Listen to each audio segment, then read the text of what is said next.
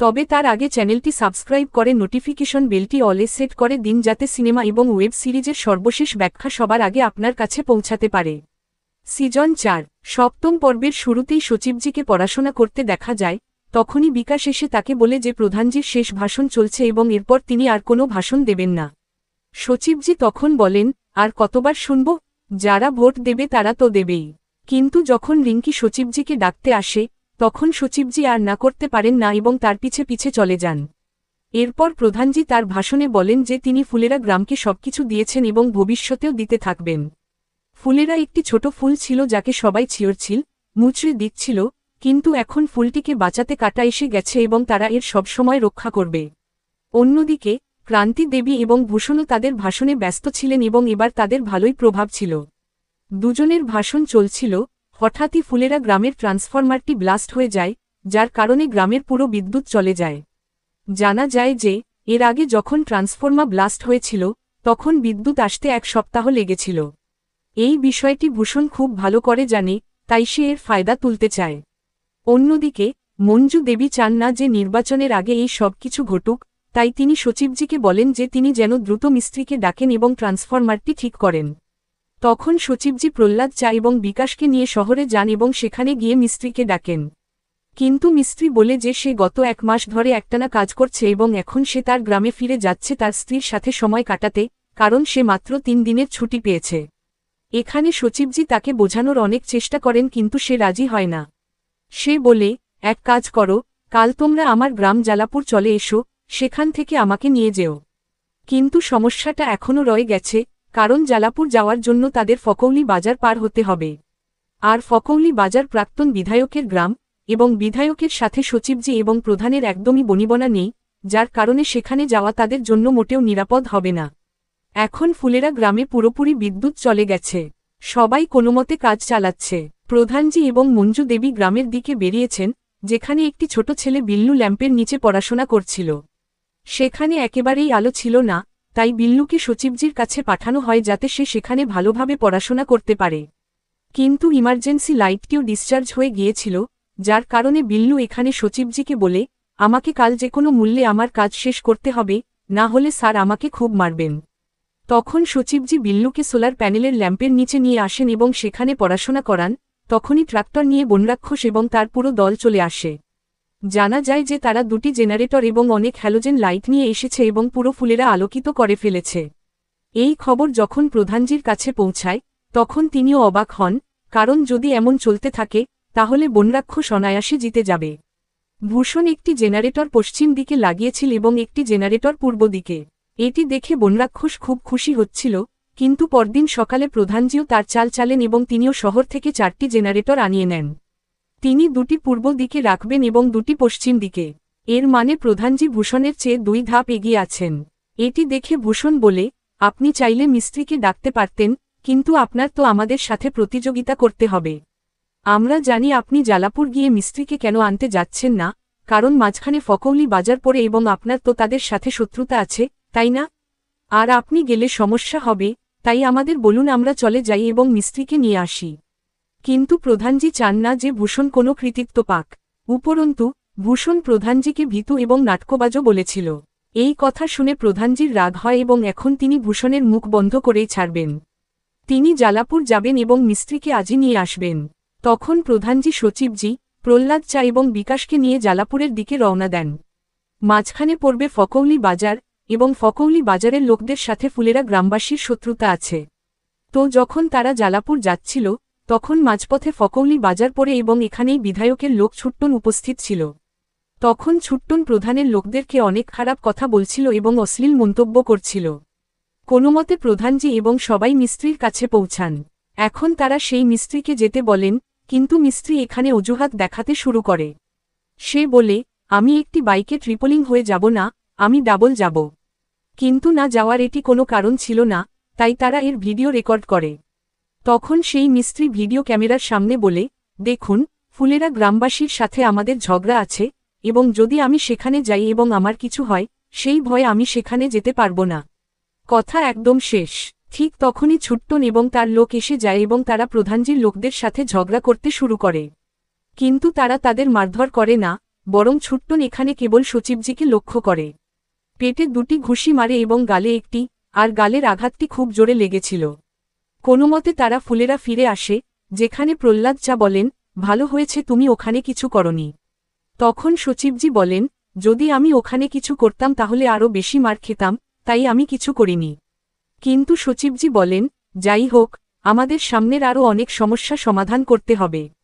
এখন প্রধানজি যখন ফুলেরা পৌঁছান, তখন তিনি সমস্ত গ্রামবাসীর সামনে বলেন যে তিনি মিস্ত্রিকে আনতে পারেননি। কিন্তু এই সুযোগটি ভূষণ কিভাবে ছাড়তে পারত? সেই সমস্ত গ্রামবাসীর সামনে প্রধানজিকে বলে, আপনি তাকে আনতে পারেননি, সে আপনার সাথে আসেনি। আর এখন আমরা যাব এবং তাকে নিয়ে আসব। ভূষণ এমনকি এও বলে দেয়, এখন সরকার ছেড়ে দিন, এখন আপনার সাথে কেউ নেই।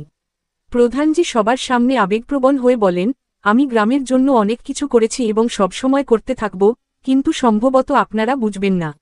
এদিকে প্রাক্তন বিধায়ক খুব খুশি ছিলেন কারণ ছুট্টন সচিবজিকে মেরে এসেছিল এবং তিনি তাকে সোনার চেনও উপহার দেন। অন্যদিকে ভূষণ জালাপুর থেকে মিস্ত্রি নিয়ে এসেছিল এবং ট্রান্সফরমারটি পুরোপুরি ঠিক করে দিয়েছিল। এখন পরের দিন নির্বাচন ছিল এবং সমস্ত প্রস্তুতি নেওয়া হয়ে গিয়েছিল। ডিএম ম্যাডামও এসেছিলেন এবং গ্রামের সমস্ত ভিড় ভোট দেওয়ার জন্য পৌঁছে গিয়েছিল।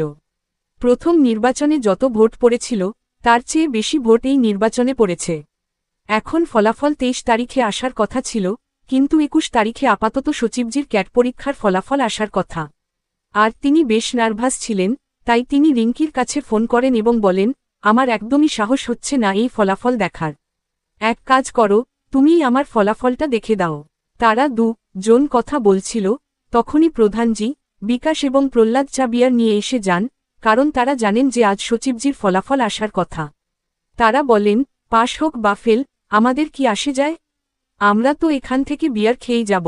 কিন্তু সচিবজি এখানে সত্যিই খুব নার্ভাস ছিলেন, কারণ যদি তিনি সঠিক শতাংশ না পান, তাহলে তিনি সঠিক কলেজেও ভর্তি হতে পারবেন না, যার কারণে তিনি খুব চিন্তিত ছিলেন। এবং যখন ফলাফল আসে এবং রিঙ্কি তাকে জানায় যে তার 97.5% এসেছে, তখন তিনি খুব খুশি হন, কারণ তিনি প্রায় 98% আশা করেছিলেন, যা প্রায় সঠিক। এর মানে তিনি কোনো না কোনো ভালো কলেজ পেয়ে যাবেন। পরদিন সচিবজি রিঙ্কির সাথে দেখা করেন এবং রিঙ্কির সাথে কথা বলেন এবং বলেন যে যদি প্রধানজি নির্বাচনে হেরে যান, তাহলে সে এখান থেকে চলে যাবে, কারণ যদি সে এখানে থাকে তাহলে ভূষণ তার জীবন দুর্বিষহ করে তুলতে পারে। কিন্তু রিঙ্কি বলছিল, এইভাবে তুমি আমাদের একা ফেলে চলে যাবে? মায়েরও তোমার অনেক প্রয়োজন পড়বে, তাই তুমি তার সাথে থেকো। তখন সচিবজি বলেন, ঠিক আছে, 3-4 মাস পর্যন্ত তো আমি এমনিতেও কোথাও যাচ্ছি না। কিন্তু রিঙ্কি এবং সচিবজির সম্পর্ক এখনও জটিল। জনেই জনকে ভালোবাসতে শুরু করেছে কিন্তু একে অপরকে বলতে পারছে না। অন্যদিকে আমরা দেখি যে প্রধানজি নির্বাচনের দিনই 25 কেজি লাড্ডু বানান, কিন্তু তার মুখে একটা বিষণ্ণতা ছিল এবং সেই বিষণ্ণতা স্পষ্ট দেখা যাচ্ছিল। ব্যাপারটা এমন যে গত নির্বাচনে প্রধানজি 50 কেজি লাড্ডু বানিয়েছিলেন, কিন্তু এবার মাত্র 25 কেজি। অন্যদিকে ভূষণের বাড়িতে তো 50 কেজি লাড্ডুই তৈরি হয়েছে, কারণ সে তো পুরো আত্মবিশ্বাসী। তারা পুরো নিশ্চিত যে এবার নির্বাচন তারাই জিতবে, যাই হোক না কেন। এবার রিঙ্কি যখন বাড়ি ফিরছিল, তখনই হঠাৎ সে একটি কচুরির দোকানে থামে এবং কচুরি কেনে। কচুরি মাত্র 2টিই বাকি ছিল এবং সেগুলিও ঠান্ডা ছিল। কিন্তু তখনই বিধায়কের একজন লোক আসে এবং সে বলে যে এই 2টি কচুরি তারা নেবে। কিন্তু রিঙ্কি ইতিমধ্যেই অর্ডার দিয়ে দিয়েছিল। তখনই বিধায়কের মেয়ে এসে যায় এবং এখন চন্দু বিধায়কের মেয়ে বলতে শুরু করে যে এই কচুরি তারা নেবে। জনেই জেদ ধরেছিল, জনেই মানছিল না এবং কচুরিওয়ালাও পুরোপুরি বিভ্রান্ত ছিল যে সে শেষ পর্যন্ত এই কচুরি কাকে দেবে। তখন বিধায়কের মেয়ে বিধায়কের কাছে ফোন করে এবং এখানে রিঙ্কি প্রধানের কাছে ফোন করে দেয়। প্রধানজি সেখানে যেতে পারবেন না, তাই তিনি সেই জায়গায় সচিবজিকে পাঠানোর জন্য বলেন, কারণ তিনি সেই জায়গার আশেপাশে উপস্থিত ছিলেন। আর এখানে প্রাক্তন বিধায়ক ছুট্টনকে পাঠান। ছুট্টন একা যেতে চাইছিল না, সে তার সাথে 2-4টে ছেলে নিতে চাইছিল, কিন্তু সে একা গেল। আর তখনই এখানে সচিবজি এবং ছুট্টনের মুখোমুখি হয়। ছুট্টন সচিবজিকে দেখে বলে, ওই দিনের কেমন লেগেছিল? যার জবাবে সচিবজি বলেন, ভালোই হয়েছে আমি মামলা করিনি, না হলে তোর জীবন বরবাদ হয়ে যেত। তখন ছুট্টন বলে, আসল পুরুষ সে তো হয় না যে মামলা করে, আসল পুরুষ তো সামনাসামনি দেখে নেয়। তখন সচিবজিও ছুট্টনকে একটি জোরদার চড় মারেন এবং তাকে বলেন, আসল পুরুষ হলে মামলা করিস না। আর তারপর রিঙ্কি এবং সচিবজি এখান থেকে চলে যান। আসার পথে একটি ছোট রোমান্টিক দৃশ্য দেখা যায়, যেখানে রিঙ্কি সচিবজিকে মাফলার পরিয়ে দেয়। তো এখন পরের দিন ফলাফল আসার কথা ছিল এবং প্রধানজি, মঞ্জু দেবী সবাই খুব ভয় পাচ্ছিলেন। এবং এখন পরের দিন কিছু পুলিশ ফোর্সকে এখানে ডাকা হয়, কারণ গতবার যখন ফলাফল এসেছিল তখন এখানে হট্টগোল হয়েছিল, আর এবার তারা এমন কিছু চান না।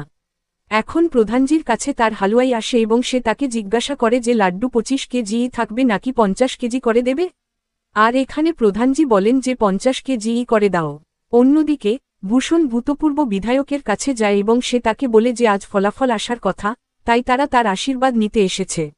আর সাথে সে তাদের প্রতিশ্রুতি দেয় যে যদি তারা নির্বাচনে যেতে, তাহলে তারা তাদের ঘোড়া সিতারা ফিরিয়ে দেবে, যা শুনে বিধায়কজি আবেগপ্রবণ হয়ে যান, কারণ সিতারা তার ছেলের মতো। অন্যদিকে মাধব এবং বিনোদ সেই জায়গায় বসেছিল যেখানে বিজয়ীর নাম ঘোষণা করার কথা ছিল। তারা কথা বলছিল যে উপসরপঞ্চ হওয়ার স্বপ্ন কেমন হয়। আর তখনই এখানে উপপ্রধান চলে আসেন, অর্থাৎ প্রহ্লাদ চা এবং বিকাশ। তারা এখানে আসে তো বটে, কিন্তু তারা বেশ নিস্তেজ দেখাচ্ছিল। মনে হচ্ছিল যেন তারা এই নির্বাচনে হারছে। ঠিক তখনই ভূষণের কল বিনোদের কাছে আসে এবং সে তাকে জানায় যে তারা এই নির্বাচনে 73 ভোটে জিতে গেছে। এটি শুনে মাধব এবং বিনোদের আনন্দের সীমা ছিল না, তারা খুব খুশি হয়, কিন্তু এখানে প্রহ্লাদ চা এবং বিকাশ পুরোপুরি নিস্তেজ হয়ে গিয়েছিল। ভূষণ এবং বিধায়ক জয়ের উদযাপন করছিল, অন্যদিকে একপাশে পুরোপুরি নীরবতা ছেয়ে গিয়েছিল। প্রধানজির এখনও বিশ্বাস হচ্ছিল না যে ভূষণ জিতে গেছে এবং তিনি হেরে গেছেন। তার মন পুরোপুরি ভেঙে যায়, তিনি বুঝতেই পারছিলেন না যে এখন কি করবেন। অন্যদিকে বিধায়কের বাড়ি থেকে ক্রান্তি দেবী এবং ভূষণের বিজয় মিছিল বের করা হয়, যেখানে তারা উদযাপন করছিল। কিন্তু এটি দেখে প্রধানজির খুব খারাপ লাগে।